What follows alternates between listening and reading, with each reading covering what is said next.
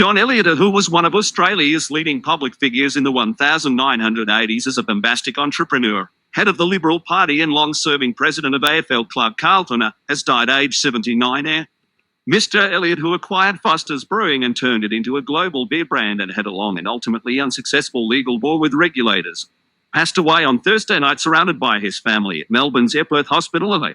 His son Tom, a now leading broadcaster with 3AW, confirmed his death there. He had been ill for a few weeks. He had a bad fall a little while back, Tom Elliot said. We got the very sad news this afternoon that he had taken his last breath. Apart from his family, Carlton was the great love of his life, and I'd like to think it was reciprocated.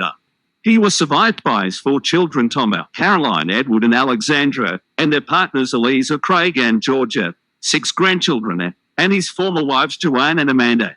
Elliot's abrasive but charismatic persona made him a controversial figure in business of football and politics. Despite his wealth and privileged background, he had a common touch that endeared him to footy fans, both for his love of a drink and a smoke, and his usually antagonistic relationship with AFL Chiefs. There is no doubt that this is the greatest club there ever was or ever will be. That's the humility I'm looking for, he said after the club won the 1995 grand final. Such was his profile in the 1980s that he was regularly parodied on the satirical puppet show Rubbery Figures, of which sent up his gravelly nasal voice and portrayed him as a belching crass figure, often exclaiming "pig's ass." The phrase became attached to Elliot, who always maintained that he'd never said it in his life.